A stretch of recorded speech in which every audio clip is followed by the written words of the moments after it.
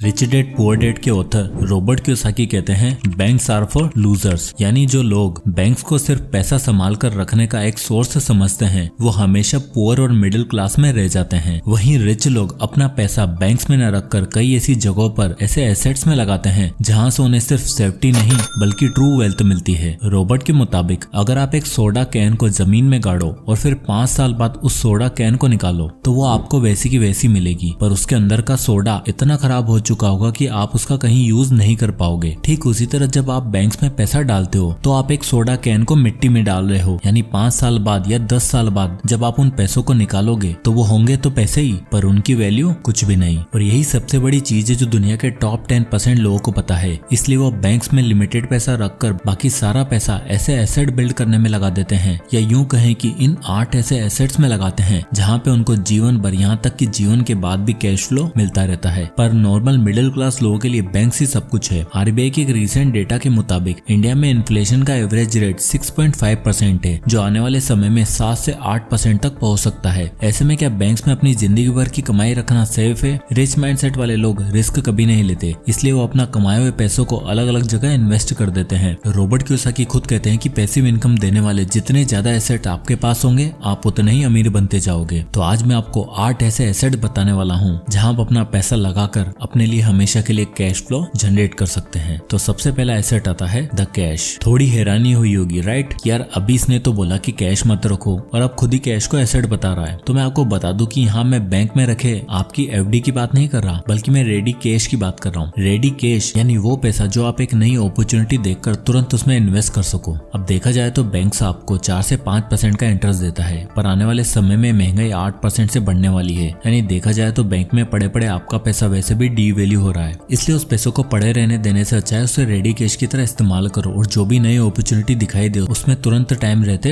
Invest कर दो, वरना फिर आपकी तरह आपके बच्चे भी आपको कोसेंगे कि यार काश पापा ने 2002 में एमआरएफ के स्टॉक ले लिए होते। रिच माइंडसेट वाले लोग इस बात को बड़े अच्छे से समझते हैं, तभी रिलायंस जैसी कंपनी जिसका बस नाम सुनते ही इन्वेस्टर दौड़े चले आते हैं, उनके पास 2.1 लाख करोड़ का कैश रिजर्व है। टाटा ग्रुप हर साल 60,000 करोड़ का कैश रिजर्व मेंटेन करता है। यहाँ तक कि अभी आई रिसेंट न्यूज में आप देख ही सकते हो, दुनिया के सबसे बड़े इन्वेस्टर वॉरेन बफेट ने अपनी एप्पल कंपनी की होल्डिंग को लिक्विडेट करके आज $325 बिलियन का कैश रिजर्व पे खड़े हैं। कैश रखने का पीछे इन अमीर लोगों के 2 रीजन होते हैं। पहला तो invest in the right opportunity at the right time. अमीर लोगों का मानना होता है कि दुनिया अपॉर्चुनिटी का पिटारा है, इसलिए जब भी कोई बेटर इन्वेस्टमेंट आपके दरवाजे पर आए तो आप उस समय अपने कैश के साथ रेडी रहो। मोस्टली लोगों के कैश रखने के पीछे यही रीजन होते हैं। और दूसरा रीजन आता है to earn high interest. Cash होने से आपको राइट टाइम और बेस्ट प्राइस में डील तो मिल ही जाती है, साथ ही अमीर लोग अपने पास रखा पैसा हाई इंटरेस्ट रेट पर भी देते हैं, जिससे उन्हें ईयरली एक फिक्स इनकम आती रहती है। इसलिए सक्सेस कब कहां कौन से दरवाजे पर आ जाए, be ready with the cash. Cash के बाद अगला और सबसे बड़ा एसेट आता है asset number 2, real estate investment. आज की डेट में कोई भी नहीं चाहता कि वो जिंदगी भर 9 to 5 की जॉब में फंसा रहे, इसलिए लोग ऐसे एसेट में पैसा लगाना ज्यादा पसंद करते हैं जहां से उन्हें सिर्फ एक ही नहीं बल्कि मल्टीपल इनकम सोर्स मिले, जिसके लिए रियल एस्टेट प्रॉपर्टी एक बेस्ट एसेट है। इंडिया में अगर रियल एस्टेट का मार्केट साइज देखा जाए तो साल 2030 तक ये $1 ट्रिलियन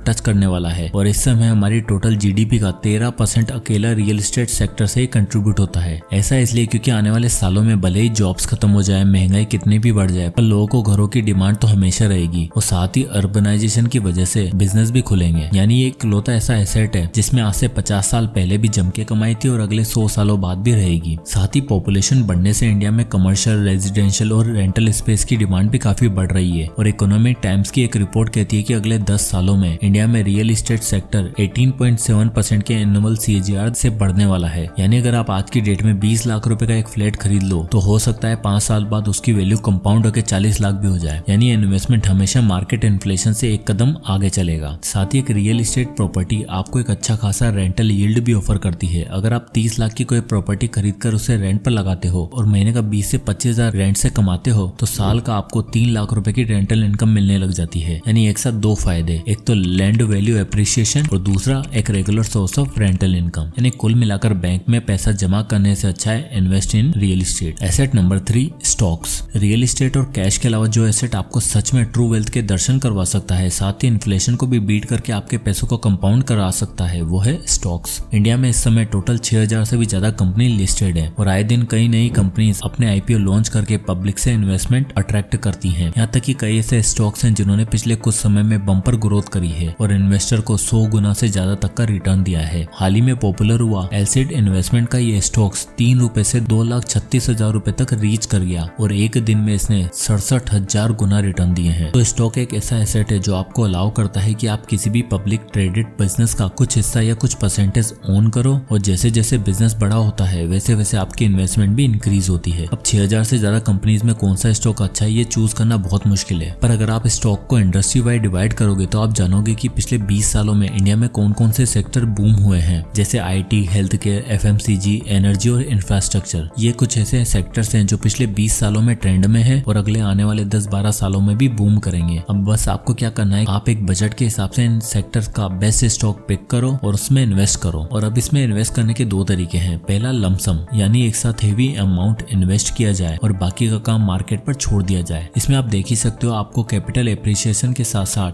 डिविडेंड भी मिलता है, यानी डबल इनकम पोटेंशियल। यहाँ आप देख ही सकते हो कि आपकी 5 लाख की इन्वेस्टमेंट 10 साल बाद 23 लाख की बन गई और उस पर मिलने वाला डिविडेंड 47,000 रुपए है, यानी बिना कुछ किए 47,000 की एक्स्ट्रा इनकम। दूसरा स्टॉक में इन्वेस्ट करने का तरीका है SIP। आप अपने सिलेक्टेड स्टॉक्स में एक साथ सारा पैसा ना लगाकर हर महीने 2 से 3,000 रुपए भी इन्वेस्ट कर सकते हो। अब यहाँ देख ही सकते हो कि अगर आप 15% के एनुअल रिटर्न वाले स्टॉक्स में 3,000 पर मंथ इन्वेस्ट करते हो तो 10 साल बाद आपकी इन्वेस्टमेंट हो जाएगी 8,35,000 रुपए की। वही 20 साल बाद 3,000 आपको 45 लाख बनाकर देगा, जो आराम से सभी मार्केट इन्फ्लेशन को बीट करता हुआ आपको वेल्थी बनाएगा। Asset number 4, licensing. लाइसेंसिंग का मतलब है एक ऐसा एग्रीमेंट जिसमें आपके द्वारा बनाया गया कोई भी डिजाइन, आर्ट, टेक्नोलॉजी आप किसी दूसरे को देते हो और बदले में उसकी सेल्स का कुछ परसेंटेज कमीशन अर्न करते हो। एग्जाम्पल के लिए मई 2018 में नेस्ले और स्टारबक्स ने $7.5 बिलियन की एक लाइसेंस डील करी, जिसमें नेस्ले ने $7.5 बिलियन कैश के बदले स्टारबक्स से एक्सक्लूसिव राइट खरीदे ताकि वो स्टारबक्स के प्रोडक्ट जैसे कि कॉफी, टी, बीन्स को दुनिया भर में बेच सके और इसके बदले में स्टारबक्स को टोटल सेल्स का कुछ कमीशन भी मिलेगा, यानी $7 बिलियन प्लस कमीशन। ठीक इसी तरह माइक्रोसॉफ्ट हर कंप्यूटर कंपनी के साथ लाइसेंस एग्रीमेंट में है क्योंकि विंडोज सॉफ्टवेयर उनका है और हर नई कंप्यूटर कंपनी जिसमें विंडोज सपोर्ट होता है उसे माइक्रोसॉफ्ट के साथ डील करनी पड़ती है ताकि उनके कंप्यूटर या लैपटॉप में विंडोज सपोर्ट करे, जिससे उन्हें डील का पैसा प्लस में सेल्स पर रॉयल्टी अलग मिलती है। अब ये तो बड़ी बड़ी कंपनीज की बात हो गई, पर आप क्या कर सकते हो? आप आज की डेट में AI की मदद से डिजाइन और टैग बना सकते हो। एग्जाम्पल के लिए आपने एक लोगो रेडी किया जिसमें ऊपर ब्रांड का नाम दिखता है और ट्विस्ट करके उसकी प्रोडक्ट डिटेल। और अब मान लो किसी पैक्ड फूड कंपनी को आपका ये आइडिया पसंद आया तो आप उनके साथ लाइसेंस एग्रीमेंट साइन कर सकते हो और अपने लिए recurring passive income source build कर सकते हो। Asset number 5, intellectual property. दोस्तों, इंटेलेक्चुअल प्रॉपर्टी का मतलब है आपकी खुद की क्रिएशन और उस क्रिएशन पे आपके राइट्स। इंटेलेक्चुअल प्रॉपर्टी में आपका कंटेंट, आपके पॉडकास्ट, आपका कोई भी क्रिएशन और उस क्रिएशन से जुड़े आपके फॉलोअर्स आपका सबसे बड़ा एसेट साबित हो सकता है। मुझे यहाँ बताने की जरूरत नहीं है कि इंडिया में लोगों ने पॉडकास्ट बनाकर कितना कितना पैसा कमा लिया है और फेम का क्या लेवल अचीव कर लिया है। ठीक इसी तरह बड़े बड़े क्रिएटर्स ने अपना जेनरिक और ओरिजिनल कंटेंट बनाकर अपने लिए बड़ी बड़ी कंपनियां खरीद ली हैं। अब अगर आपको भी ये IP का फायदा चाहिए तो आपके लिए एक बेस्ट चीज हो सकती है ई बुक। कहते हैं भारत के हर एक हाथ में कई कहानियां और कई किस्से छुपे हैं जिन्हें कभी सामने आने का मौका ही नहीं मिला। ऐसे में अगर आपके पास राइटिंग की कला है तो आप ई बुक लिखकर पब्लिश कर सकते हो। ई बुक आज की डेट में सबसे ज्यादा ट्रेंड कर रही है। 2024 में ई बुक इंडस्ट्री का मार्केट साइज $17.20 बिलियन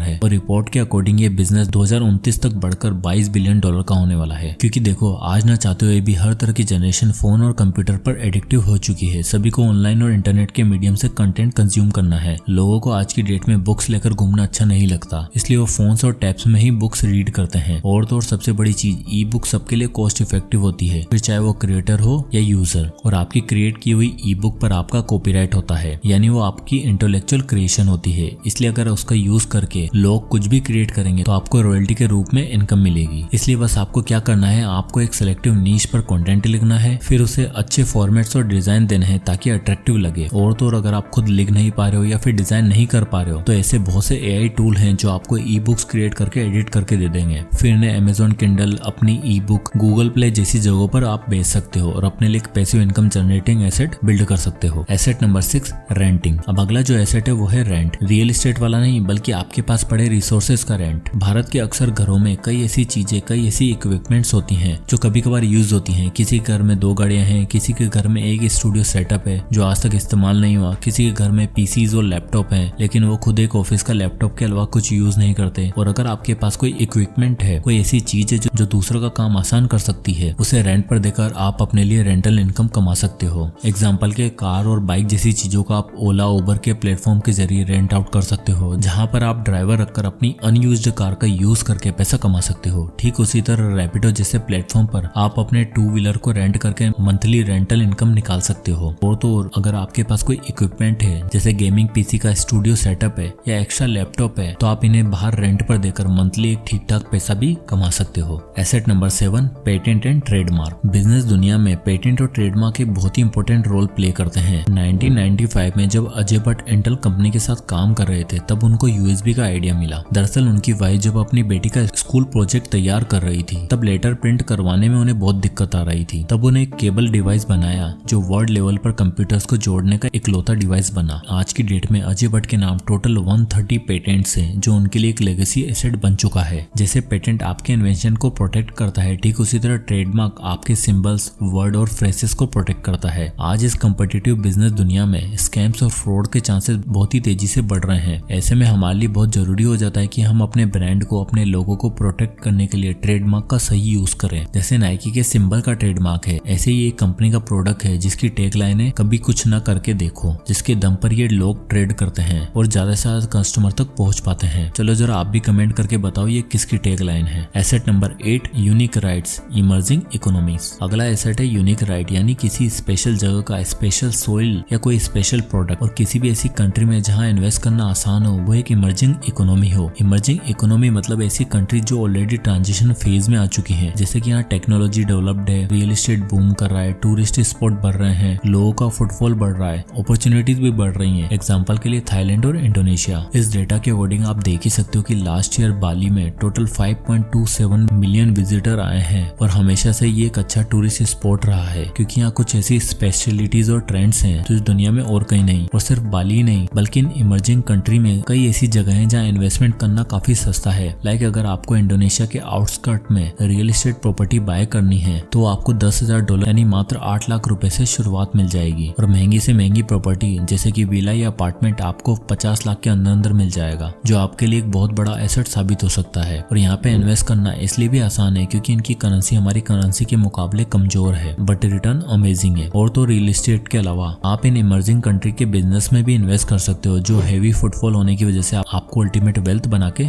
दे सकता है। तो बैंक में अपना पैसा रखे आप अपने पैसों पर मुश्किल से 5 से 10 हजार एक्स्ट्रा अर्न कर लोगे, जबकि उस पैसों का पोटेंशियल 10 से 50 लाख रुपए का है। अब जो लोग इस बात को नहीं समझते, वो नौकरी के दौरान अपने मालिक के लिए काम करके उनको अमीर बनाते हैं और उनसे मिलने वाले पैसों को बैंक में रखकर बैंक्स को, बट खुद कभी अमीर नहीं बन पाते। इसलिए इस साल 2025 में इन 8 एसेट में इन्वेस्ट करो और अपने आने वाले सालों को फाइनेंशियली फ्री बनाओ। जय हिंद।